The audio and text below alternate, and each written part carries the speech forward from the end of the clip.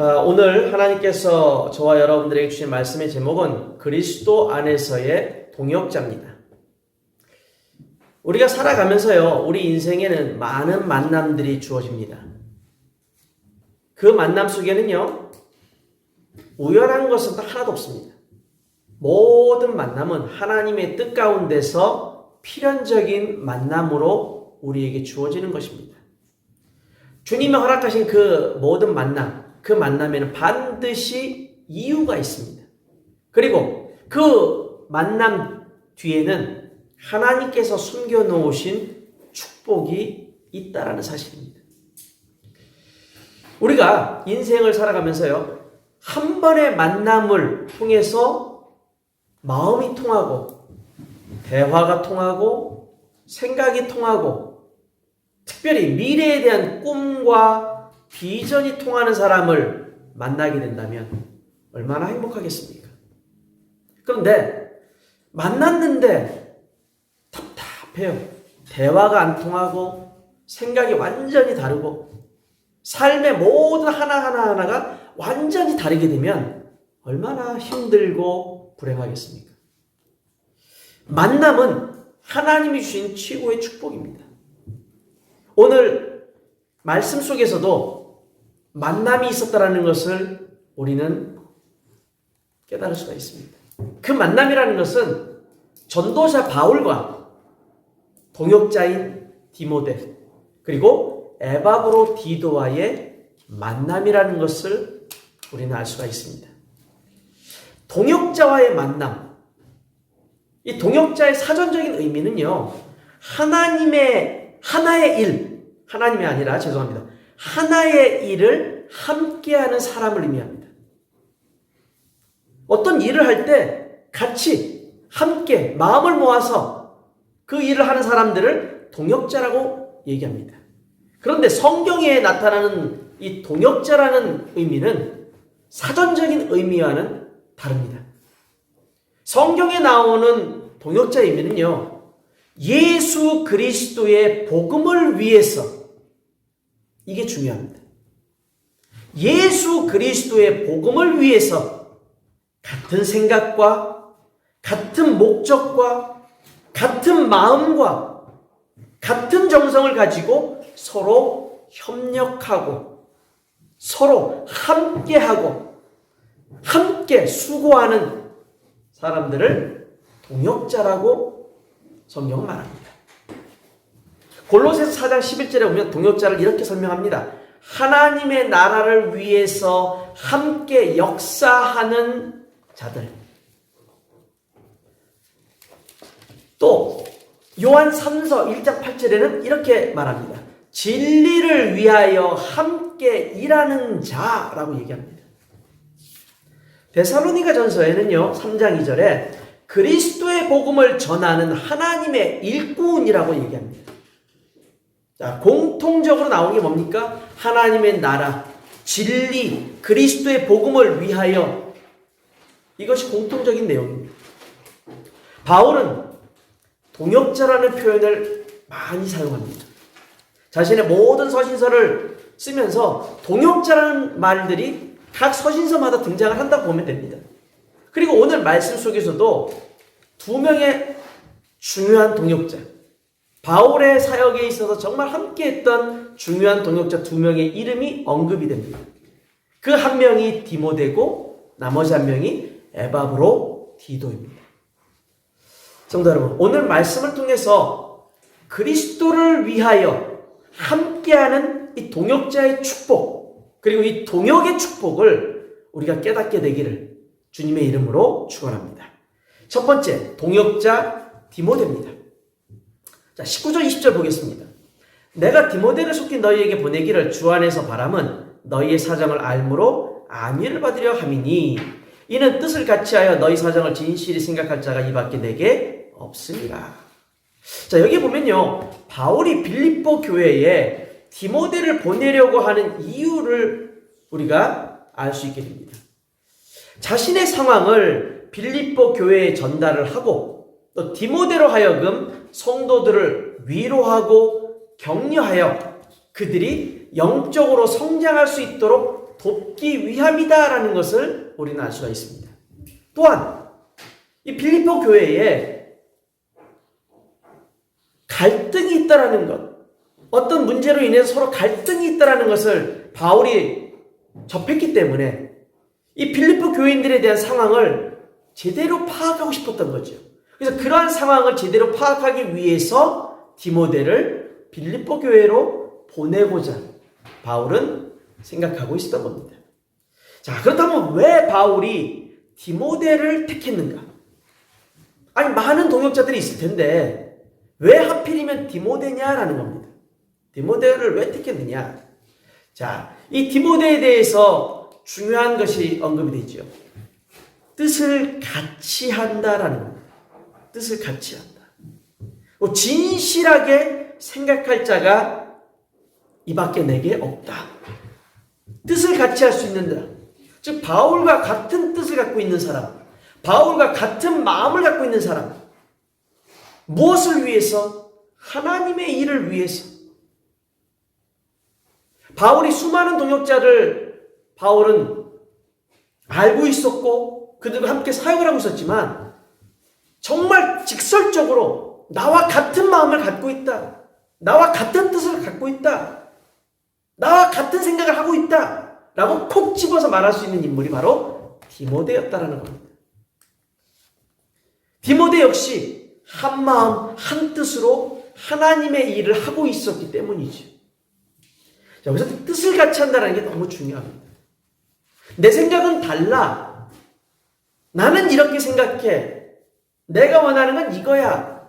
이렇게 되면요, 중구난방식이 돼버립니다. 다 갈리는 거예요. 하나가 그래서 중요하다는 겁니다. 그리스도를 위해서 한 팀이 되어야 되고, 그리스도를 위해서 한 마음이 되어야 되고, 그리스도를 위해서 한 가지 생각을 가지고 있어야 되고, 그리스도를 위해서 한 목소리를 낼 줄 알아야 된다는 겁니다. 하나 된다는 사실. 그게 디모데가 바울과 하나였다는 것을 바울은 늘 알 수 있었고, 느낄 수 있었고, 또 체험할 수 있었기 때문입니다. 디모데에 대해서 바울의 평가는 아주 분명합니다. 22절을 보시죠. 디모데의 연단을 너희가 안 하니 자식이 아버지에게 함과 같이 나와 함께 복음을 위하여 수고하였느니라. 나와 함께 복음을 위하여 수고했다. 바울은 디모데를 이렇게 평가합니다. 그리스도 예수의 일을 자신의 최우선 순위로 삼고 이 복음을 위해서 수고했다라는 거예요. 그게 디모데다라는 거예요. 그런데 이 디모데를 언급하면서 그 위에 보십시오. 21절에 보면은 정반대의 사람들이 나옵니다. 21절에 뭐라고 되어 있느냐? 그들이 다 자기 일을 구하고 그리스도 예수의 일을 구하지 아니하되 디모데의 연단을 너희가 안 하니 자식이 아버지에게 함같이 나와 함께 복음을 위하여 수고하였느니라. 자, 여기에 중요한 두 가지 종류의 사람을 바울은 언급합니다. 첫 번째 사람이 뭐냐? 자기 일을 구하는 자. 두 번째 사람은 뭐냐?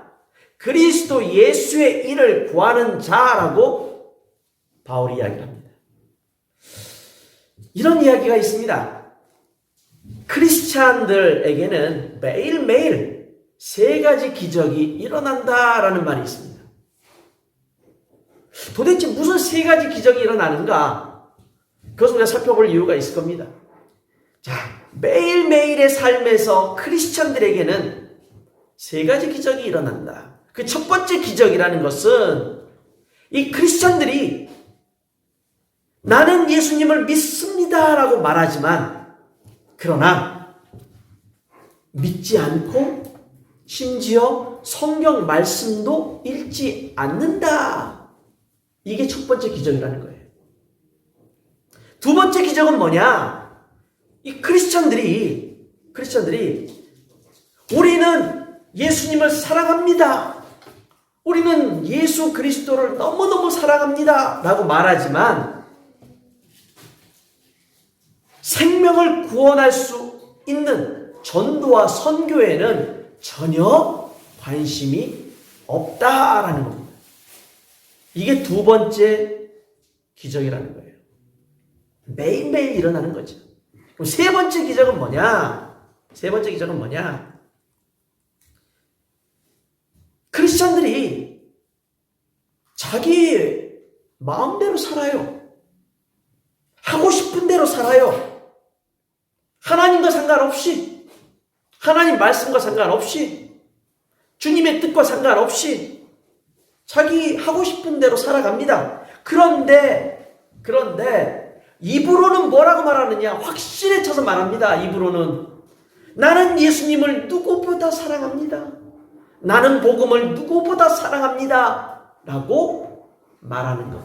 그게 세 번째 기적입니다. 첫 번째 기적. 예수님을 믿습니다 하면서도 믿지 않고 심지어 말씀도 안 보는 두 번째 기적. 우리는 예수님을 사랑합니다. 진짜 사랑합니다 말하면서 생명 살릴 수 있는 전도와 선교회는 전혀 관심도 없고 의지도 마음도 소원도 바람도 전혀 없다라는 사실. 세 번째는 자기 멋대로 자기 하고 싶은 대로 자기 뜻대로 살면서 확신에 쳐서 입으로는 예수님을 누구보다 사랑하고 복음을 무엇보다 사랑합니다 라고 한다라는 사실. 예. 이러한 기적을 우리는 크리스천들은 매일매일 삶에서 이것을 체험하고 있다는 겁니다. 자, 이런 사람들이 누구냐? 바로 자기 일을 구하는 자들입니다. 말로는 주님, 주님, 주님을 위하여 라고 말하지만 실제로는 뭡니까? 자기가 중요해요. 자기 뜻이 중요하고 자기 삶이 중요하고 자기 이익이 중요하고 내가 먼저지 무슨 하나님이 먼저냐 라고 말하고 살아가는 교인들이 적지 않다라는 겁니다. 그런데 바울이 디모데를 평가했듯이 디모데는 그리스도 예수의 일을 우선적으로 구하는 자였다라는 거죠. 자, 여기서 우리가 뭘 알 수가 있습니까? 삶의 우선순위를 알 수가 있죠. 뭐가 우리 인생에서 첫 번째냐라는 겁니다. 삶의 우선순위. 최고 중요한 게 뭡니까? 돈입니까? 최고 중요한 게 뭡니까? 성공입니까? 최고 중요한 게 뭐냐 이거예요. 당장의 사건 사고만 터져도 우리는 죽을 텐데 우리 목숨이 내 목숨이라고 생각하십니까? 아닙니다. 하나님께 달려있는 겁니다. 그렇다면 최고 중요한 것이 하나님 앞에 있다라는 것을 우리가 깨달아야 되는데 놓치잖아요. 최고 중요한 걸 놓치고서 우리는 살아간다라는 겁니다. 자, 바울은 이렇게 디모데에 대해서 최고 우선순위가 그리스도 예수의 일을 하는 데 있어서 복음을 위하여 수고하는 자다라는 것을 강조하고 있죠. 자, 그렇다면 이 디모데라는 인물에 대해서 성경에서는 특별히 신약 성경에서는 뭐라고 평가하고 있는지를 한번 살펴보겠습니다. 제일 먼저 사도행전 16장 2절에 보면 형제들에게 칭찬받는 자다라고 디모데를 언급합니다.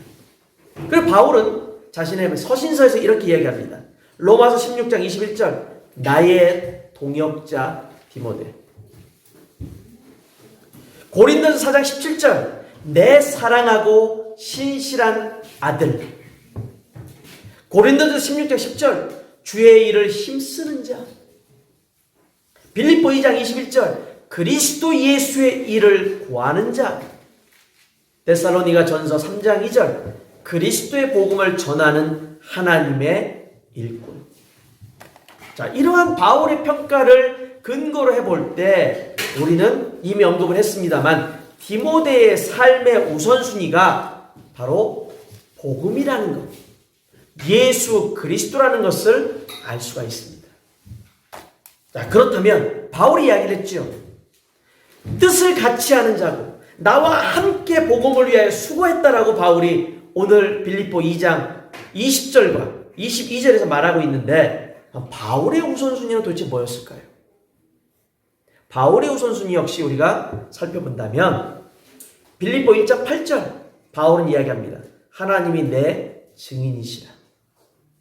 많은 사람들이요, 내가 당신을 위해서 기도합니다. 내가 교회를 위해서 기도합니다. 내가 주의 종을 위해서 기도합니다. 내가 우리 성도를 위해서 기도합니다. 말로는 그렇게 떠들 수 있으나 실제로는 그러지 않는 분들이 있어요. 어떻게 증명합니까, 그거를? 어떻게 증명할 수 있습니까? 바울은 간단하게 얘기합니다. 하나님이 내 증인이시라. 하나님이 증인이신데 누가 필요합니까? 뭐가 잘 되네, 안 되네. 사람들 왔을 때 잘 되고 있는 모습만 보여주면 잘 되는 걸 생각하잖아요, 사람들은. 사람들이 왔을 때 북적북적거리고 어디 여기저기 다니고 그러면 잘하고 있는 걸 생각하잖아요. 그럼 사람들이 뭐라고 얘기합니까? 잘하고 있네. 그게 중요합니까? 하나님이 증인이시라는데, 하나님께서. 갈라디아 1장 10절에 바울은 이렇게 얘기합니다. 이제 내가 사람들에게 좋게 하랴, 하나님께 좋게 하랴, 사람들의 기쁨을 구하랴, 내가 지금까지 사람들의 기쁨을 구하였다면 그리스도의 종이 아니니라. 사람과 그리스도 가운데 나는 그리스도께 구하는 자다. 사람을 기쁘게 하는 자가 아니라 나는 그리스도를 기쁘게 하는 자다. 바울은 이렇게 얘기합니다. 또 빌립보 3장 7절에서 9절, 그러나 무엇이든지 내게 유익하던 것을 내가 그리스도를 위하여 다 해로 여길 뿐더러 또한 모든 것을 해로 여김은 내 주 그리스도 예수를 아는 지식이 가장 고상하기 때문이라. 내가 그를 위하여 모든 것을 잃어버리고 배설물로 여김은 그리스도를 얻고 그 안에서 발견되려 함이니 내가 가진 의는 율법에서 난 것이 아니요 오직 그리스도를 믿음으로 말미암은 것이니 곧 믿음으로 하나님께로부터 난 의라. 지금까지 가지고 있던 모든 것, 내가 가지고 있는 세상적인 것들은 다 의미 없다라는 겁니다. 다 필요 없는 것들이다라는 겁니다. 이 필요 없다라는 의미보다는 이게 우선순위가 아니라는 겁니다.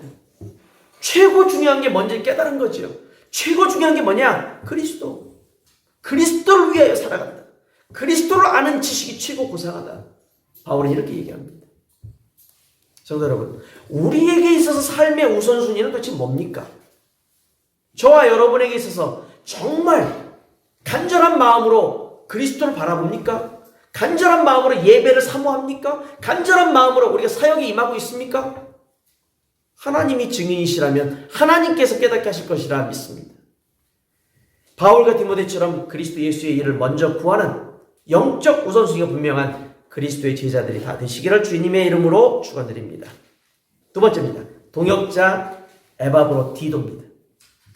에바브로디도가 누구인가? 우리가 일반적으로 말할 때 에바브로디도에 대해서 이렇게 말합니다. 감옥에 갇힌 바울에게 빌립보 교회의 선교 헌금을 전달하고 그의 옥중 생활을 돕기 위해 파송된 사역자였다. 빌립보에서 로마까지는 약 1200km의 거리인데 이 먼 길을 다니면서 바울의 심부름을 하던 일꾼이었다. 또 감옥에 있던 바울을 섬기다가 오히려 자신이 죽음 직전에 이를 정도로 심각한 병에 걸리기도 했다. 빌립보 성도들은 그가 병에 걸린 것을 알고 기도했고 하나님의 은혜로 병에서 완치됐다. 이것이 보편적으로 말하는 에바브로디도에 대한 정보라고 말할 수 있습니다. 그런데 바울은 에바브로디도에 대해서 이 말씀 속에서 서신서에서 확실하게 표현을 해줍니다. 빌립보 2장 25절을 보시죠. 그러나 에바브로디도를 너희에게 보내는 것이 필요한 줄로 생각하노니 그는 나의 형제요 함께 수고하고 함께 군사된 자요 너희 사자로 내가 쓸 것을 돕는 자라. 자, 복음을 위해서 함께 수고한 자다. 복음을 위해서 함께 수고했다. 또 복음을 위해서 함께 싸운 군사된 자다. 여기서 강조하는 말이 뭡니까? 앞에 디모데에서 얘기했던 것처럼 여기서 똑같이 나오는 것이 함께라는 말입니다. 함께. 빌립보 성도들과 교회로부터 전권을 위임받아서 바울에게 보냄받은, 즉 바울에게로 파송된 사자다라는 겁니다. 여기서 말하는 사자라는 말은 헬라 말로 아포스톨로스라고 합니다. 아포스톨로스, 즉 아포스톨, 우리가 말하는 사도라는 개념이 되는 거예요. 바울을 도왔고 빌립보 교회와 성도들을 도왔고 사역했던 사역자다라는 겁니다. 에바브로디도에 대해서 바울은 이렇게 표현을 합니다. 함께 수고한 자, 함께 이 복음을 위해서 싸운 자, 군사된 자, 그리고 보냄받은 사자, 사역자, 이렇게 표현을 합니다. 그리고 바울이 이 에바브로디도를 언급을 하면서 29절 30절에 아주 중요한 말을 합니다. 자, 보십시오. 29절 30절입니다.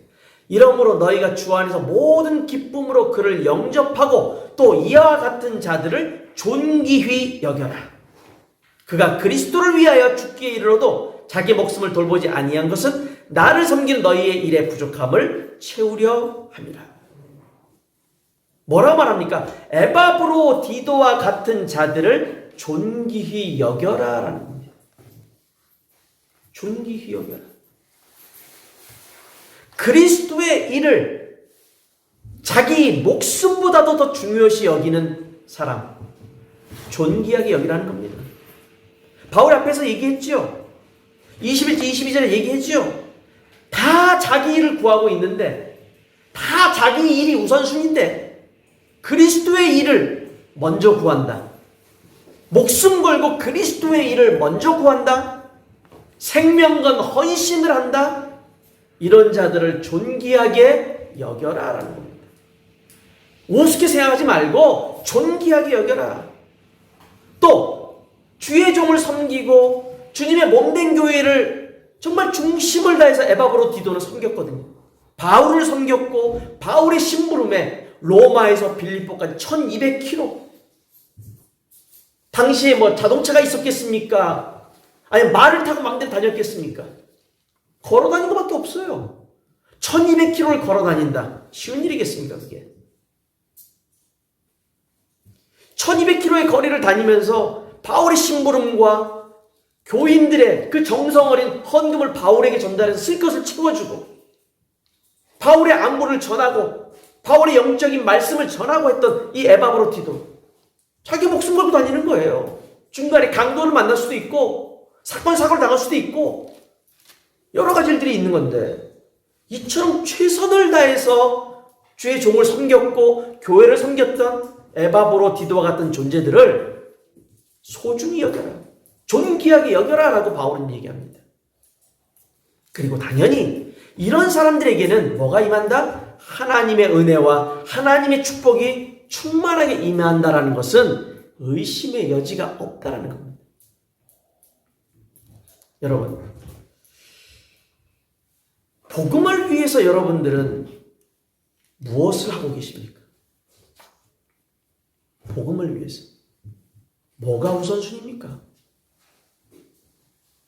나의 생활이 우선입니까? 내 기분과 감정과 내가 바라는 것이 우선입니까? 아니면 주님의 일에 우선순위를 두고 계십니까? 에바브로디도와 같은 자들을 존귀히 여겨라. 바울은 이야기합니다. 우리가 그런 분들을 만난다면 당연히 존중히 여기고 당연히 그분들을 위로하고 당연히 우리가 섬기고 당연히 우리가 대접을 할 수밖에 없겠죠. 그리스도를 섬기고 교회를 섬기는 일에 헌신하며 에바브로디도와 같이 헌신하며 하나님의 은혜와 축복을 받기에 부족함이 없는 모든 분들 되시기를 주님의 이름으로 축원합니다. 결론입니다. 다음과 같은 글이 있습니다. 하나님께서 능력이 없으셔서 우리를 사용하신 것이 아닙니다. 하나님은 우리와 함께하기를 원하십니다. 주님의 일을 할 수 있도록 능력도 부어주시고 힘도 주셔서 주님의 뜻을 이루어 가십니다. 부족한 우리를 동역자로 부르시고 함께 하시기를 원하십니다. 주님의 부르심에 우리는 그저 순종하기만 하면 됩니다. 자, 그래서 우리는 순종하기만 하면 되는 겁니다. 하나님이 다 하신답니다. 하나님이 능력이 없어 못하시는 게 아니라 다 하실 수 있는데 우리와 항상 함께 하시며 우리를 통해서 하나님이 역사하시길 원하시기 때문에 하나님은 우리를 기다리고 계신 겁니다. 부르고 계신 겁니다. 그저 순종하기만 하면 됩니다. 저는 우리는 하나님의 동역자들입니다. 이 30절 뭐라고 얘기합니까? 그리스도의 일을 위하여, 그리스도의 일을 이루기 위한 동역자입니다. 그럼 질문, 그리스도의 일이 도대체 뭡니까? 아니, 그리스도의 일뿐만 아니라 하나님의 일 또는 주의 일이라는 말들이 나옵니다. 성경에는 주님의 일과 하나님의 일과 그리스도의 일 다른 겁니까? 다 같은 거예요. 다 같은 거예요. 그럼 이 하나님의 일, 그리스도의 일이 도대체 뭡니까? 그 질문이 당연히 나와야 돼요. 그게 뭔지도 모르면서 그냥 그렇구나 하고 지나가지 말고 하나님의 일, 그리스도의 일, 주님의 일, 성경에 답이 나와 있습니다. 예수님이 직접 말씀하셨습니다. 요한복음 6장 28절 29절에 그걸 얘기하십니다. 그들이 묻되 우리가 어떻게 하여야 하나님의 일을 하오리까? 예수께서 대답하여 이르시되 하나님께서 보내신 일을 믿는 것이 하나님의 일이니라.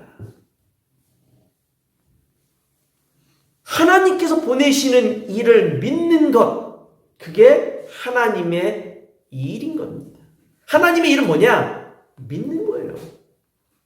예수가 그리스도이심을 믿는 겁니다. 그리고 이것을 말하는 거예요. 그게 전부예요. 하나님의 일을 우리가 하고 있다. 하나님의 일을 한다는 게 뭡니까? 내가 믿고 있는 이 그리스도를 위해서 내가 일하는 거예요. 일터에서 일하고, 학교에서 공부하고, 현장에서 사역하고, 그것 모두가 하나님의 일을 감당하는 것입니다. 근데 그리스도가 없이 열심히 일하면 무슨 소용이 있습니까? 그리스도 없이 열심히 공부하면 무슨 의미가 있습니까? 그리스도가 아닌 세상 도덕적인 걸 아무리 말하면 무슨 사역이 되겠습니까? 하나님을 위하여, 그리스도의 일을 위하여, 어떤 일에서 막 열심히 행한 그 개념이 아니지 않습니까? 여기서는 그 믿음을 가지고 그 믿음을 전하는 게 하나님의 일입니다. 다른 게 없습니다. 성도 여러분, 우리는 그리스도를 위하여, 하나님 나라를 위하여 우리는 동역자라는 사실을 잊지 말아야 됩니다. 동역자이며 그 동역을 계속 진행해 나가야 됩니다. 함께 바울이 디모데에게도 에바브로디도에게도 이들을 얘기하면서 뭐를 강조합니까? 함께하는 자들, 같은 마음으로 함께 주를 위하여 우선순위를 두고 사역하는 자들, 그것이 동역자라고 말하고 있습니다. 우리 모두가 복음을 증거하고 복음을 누리고 하나님 나라 확장을 위해 쓰임받는 모든 동역자, 모든 성도, 모든 증인, 또 모든 전도자들 되시기를 주님의 이름으로 축원드립니다. 기도합니다. 하나님 아버지 감사합니다. 우리를 동역자로 부르신 주님, 주를 위하여, 주님의 일을 위하여 우리가 함께 쓰임받기를 원합니다. 함께 인도함을 받기를 원하고 함께 주님의 큰 은혜를 체험하기를 원합니다.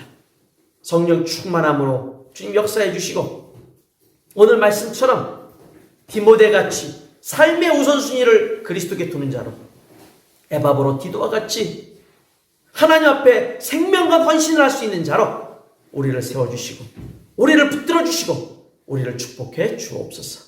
예수 그리스도의 이름 받들어 기도 올려옵나이다. 아멘.